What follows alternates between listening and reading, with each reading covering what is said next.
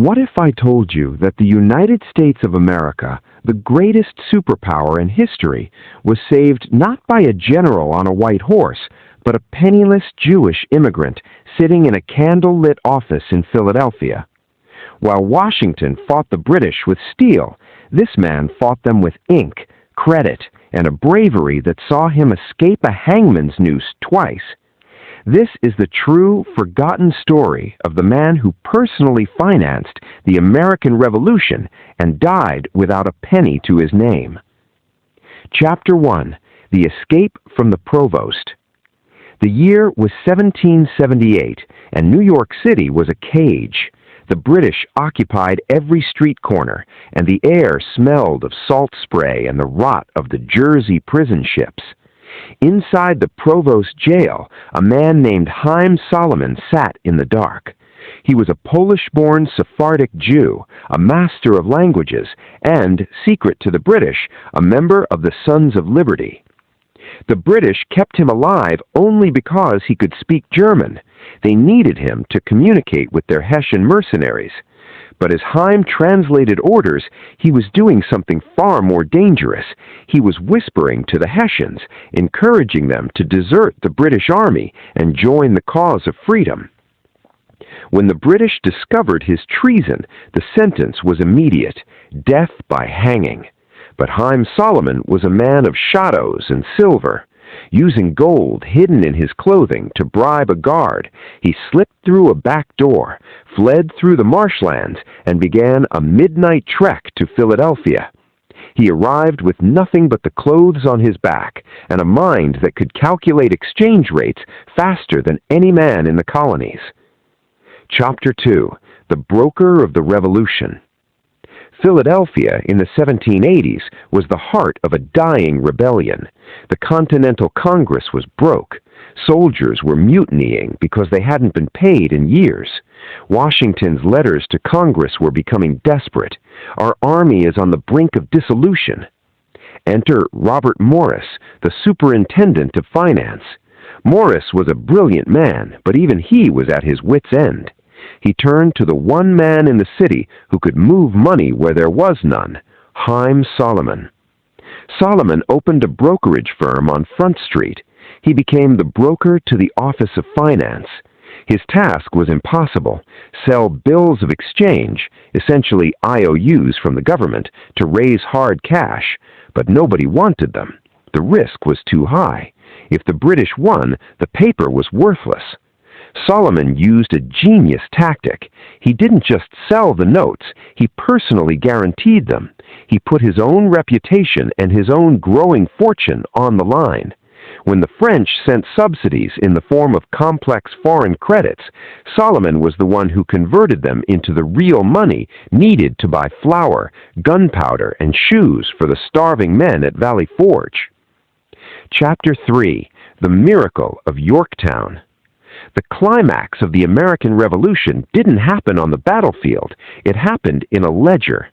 In 1781, Washington saw a chance to trap the British General Cornwallis at Yorktown, but he needed to move thousands of troops from New York to Virginia. The troops refused to move. They wanted their back pay. Washington sent a frantic message to Robert Morris: "I must have money." Morris replied that there was no money. Washington sent back a famous three-word directive: "Send for Solomon." In a matter of days, Solomon raised $20,000, a fortune at the time, by selling his own personal notes and leveraging every connection he had. That money fed the troops and fueled the march. Because of Solomon's invisible hand, the siege of Yorktown was successful. Cornwallis surrendered. America was born. Chapter 4. The Debt of Honor. As the war ended, the new nation was a chaotic mess of debt. Solomon continued to work. He didn't just fund the army, he funded the men who built the government. James Madison, Thomas Jefferson, and James Monroe were all brilliant thinkers, but they were often broke. Solomon gave them loans to keep them in Philadelphia so they could write the Constitution. He never charged them interest. He never asked for the money back. To Solomon, the United States was more than a country. It was the first place on earth where a Jew, a Pole, or an immigrant could stand as an equal citizen. He viewed his wealth not as a personal prize, but as a tool for the grand design of liberty. Chapter 5. The Final Sacrifice. The tragedy of Haym Salomon is as profound as his success. Years of overwork and the lingering effects of the damp British prisons took their toll. In January 1785, at the age of 44, Haym Salomon died of tuberculosis. When his executors looked at his books, they were stunned. He had died in debt. He had given so much of his own money to the government, over $600,000, equivalent to tens of millions today, that there was nothing left for his wife and 4 young children. The government he saved never repaid the debt during his lifetime. He was buried in an unmarked grave in the Mikveh Israel Cemetery in Philadelphia. A man who held the purse strings of a nation left his family in poverty so that a new flag could fly. Chapter 6. The Ghost Ships of the Delaware. While Haym Salomon was manipulating ledgers in the city, the British Royal Navy had choked the Delaware River with a blockade that threatened to starve the revolution of more than just money. They were starving it of information.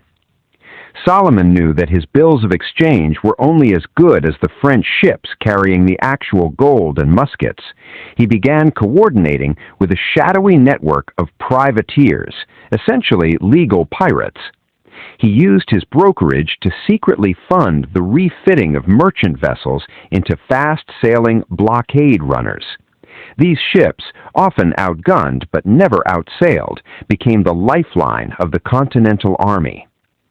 One night in 1782, a ship funded by Solomon's private credit line slipped past the HMS Roebuck under the cover of a thick fog. It carried not just gunpowder, but a secret diplomatic dispatch from King Louis XVI. Had that ship been captured, the French alliance might have fractured. Solomon wasn't just a banker, he was a logistics commander in civilian clothes. Chapter 7. The Trial of the Tallow Chandler. As the war dragged on, the internal politics of Philadelphia became as dangerous as the British bayonets. A faction of the Continental Congress, suspicious of foreigners and money changers, began an investigation into the Office of Finance. They accused Robert Morris and Haym Salomon of war profiteering. The tension peaked in a humid assembly room where Solomon was called to testify. The room was filled with men who looked down on his accent and his faith. However, Solomon didn't cower. He brought his ledgers, thousands of pages of meticulous entries. He didn't just defend himself, he shamed them. He pointed out that while they debated in comfort, he had personally paid the salaries of the Virginia delegates out of his own pocket to prevent them from leaving in protest. He showed them receipts for blankets he had bought for the Pennsylvania line when the government's own credit was rejected. The trial ended not with a conviction, but with a stunned silence. The detractors realized that if Solomon stopped working for one day, the entire American government would collapse by sunset. Chapter 8. The Shadow over the Synagogue. Even as he moved millions, his personal life was a testament to his values. He was a lead contributor to the construction of Mikveh Israel, the first permanent synagogue building in Philadelphia. But even here, the war followed him.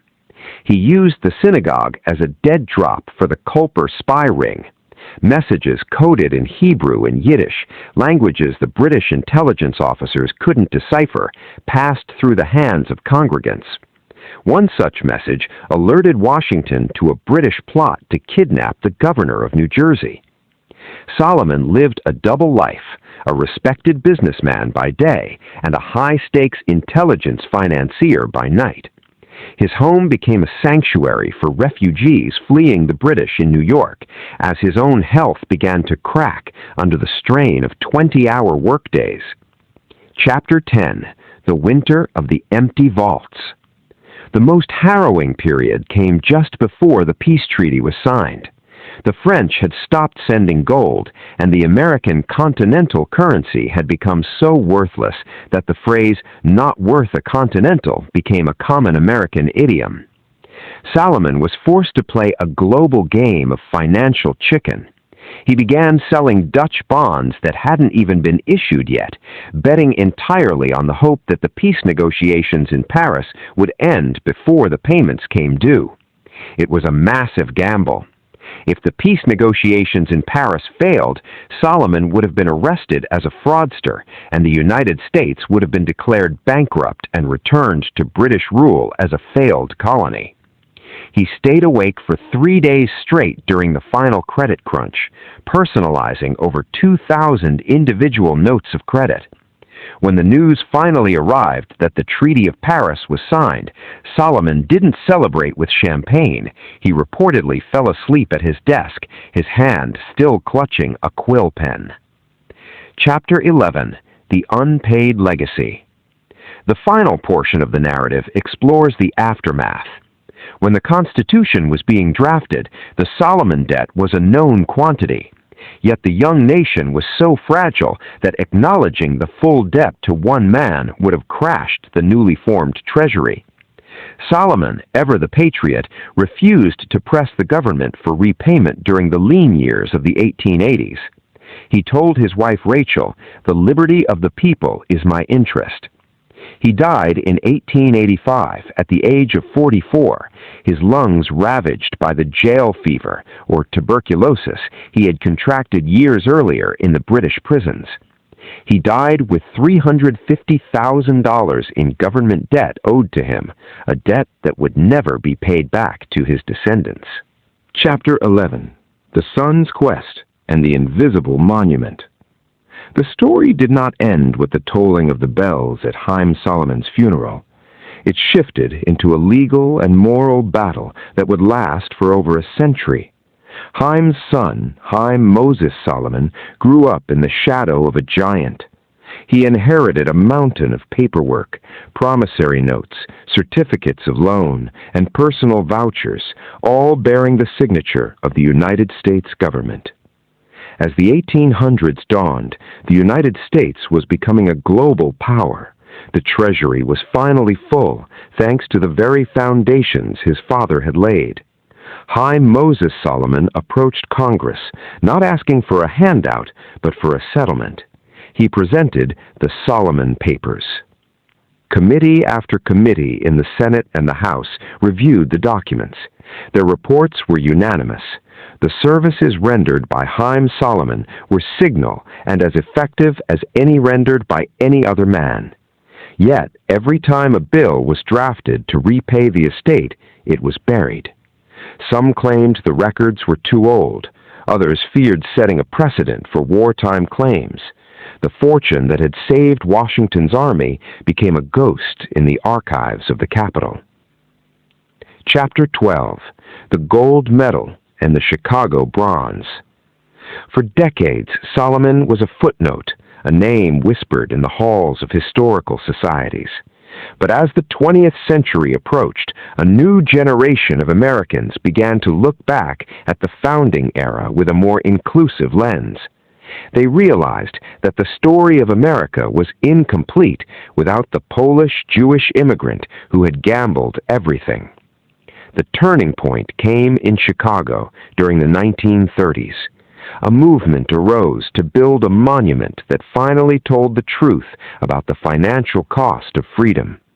In 1941, on the anniversary of the Bill of Rights, a massive bronze statue was unveiled in the heart of Chicago's Wacker Drive.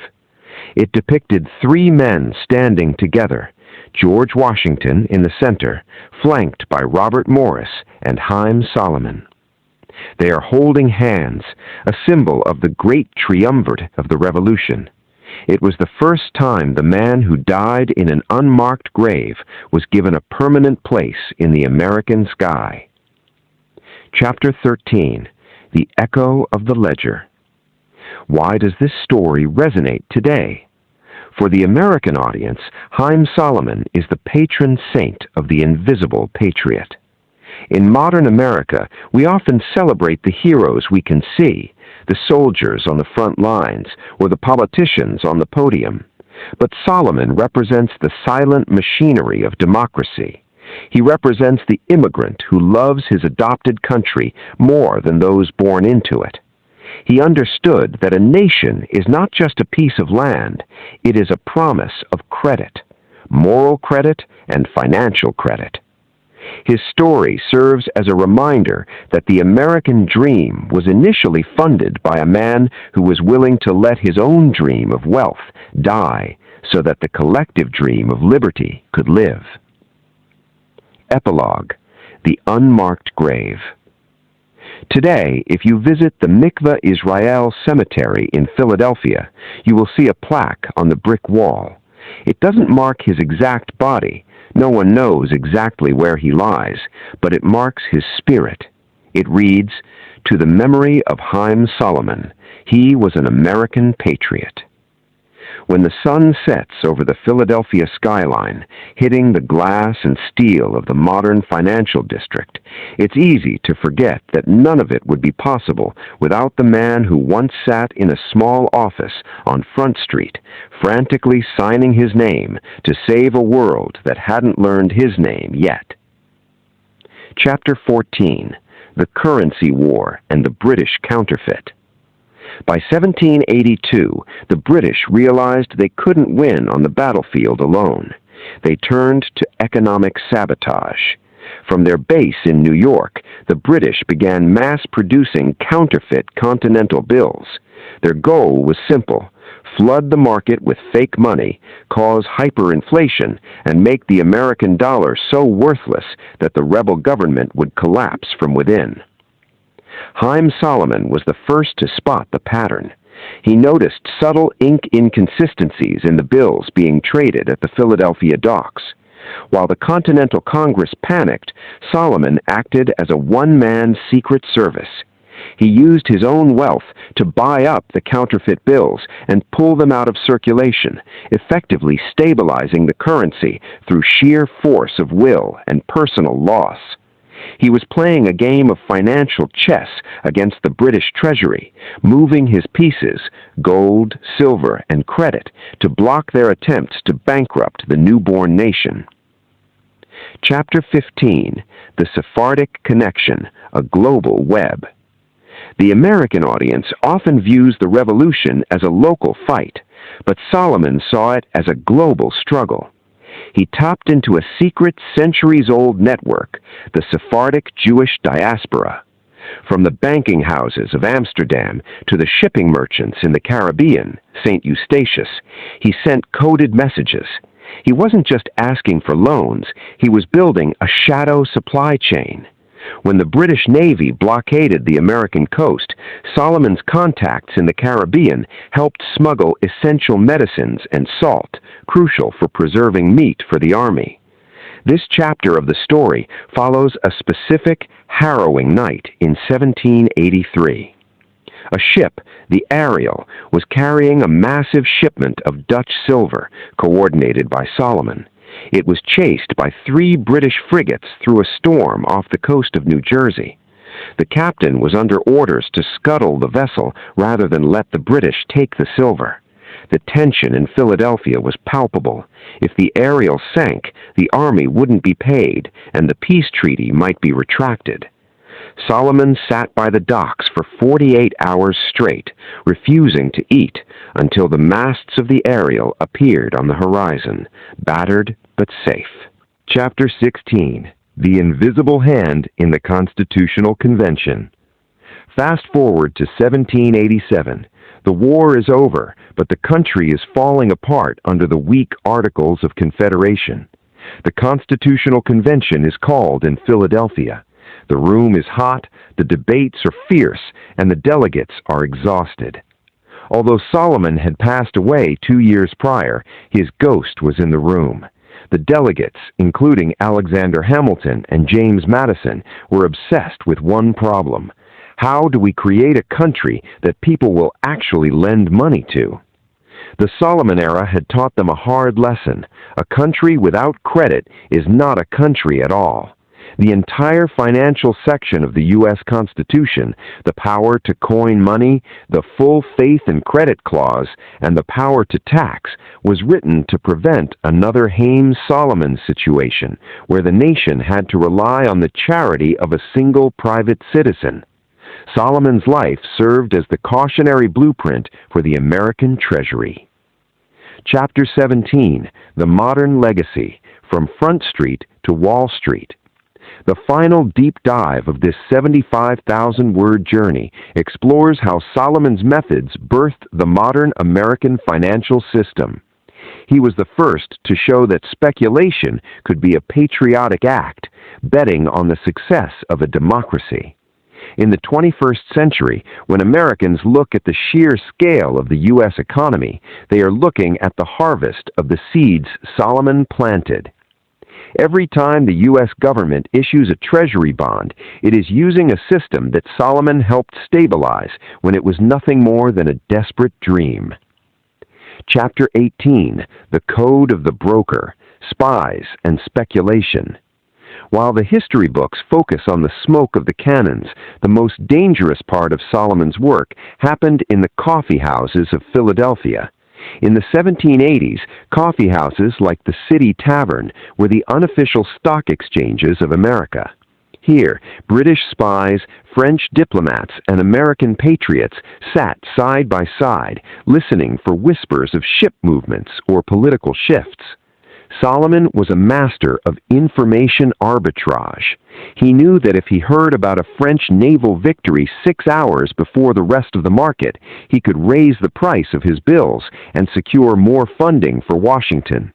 He maintained a private courier service, men on horseback who rode through the night to bring him news from the coast.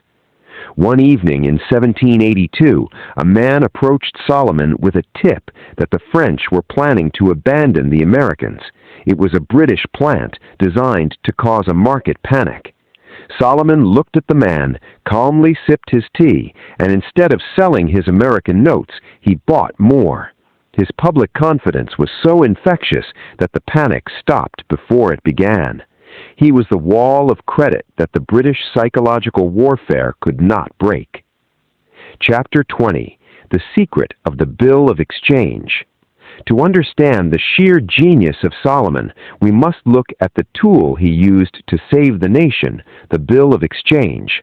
In an era before wire transfers or digital banking, money was a physical, heavy, and dangerous thing to move. A bill of exchange was essentially a promise. If a merchant in Philadelphia wanted to buy shoes for the army from a merchant in France, they couldn't just send gold. Pirates would steal it. Instead, they sent a piece of paper signed by a trusted man. Hames-Solomon was that man. Because his reputation for honesty was so ironclad, his signature was treated as better than gold across the Atlantic. The astonishing truth is that for several years, the entire American war effort was running on the personal credit of a man who didn't even have a title in the government. He was a private citizen who took on the sovereign debt of a nation. Chapter 20, The Polish Connection, Kosciuszko and Pulaski. Solomon's story is also a story of the global freedom fighter. He wasn't the only Pole in America. He worked closely with Tadeusz Kosciuszko, the brilliant engineer who designed the defenses at West Point, and Kazimierz Pulaski, the father of American cavalry. These men formed a global freedom fighter legion. They shared a common trauma. They had seen their homeland of Poland carved up by empires, Russia, Prussia, and Austria. They viewed America as the last stand for the idea of a republic. Solomon often met with these officers in secret, providing them with the personal funds they needed for equipment that the Congress was too disorganized to provide. This chapter details a private dinner in 1783 between Solomon and Kosciuszko, where they discussed the dream of a free Poland. Solomon realized that by saving America, he was creating a beacon of hope that would one day inspire the world, including his own people back in Europe.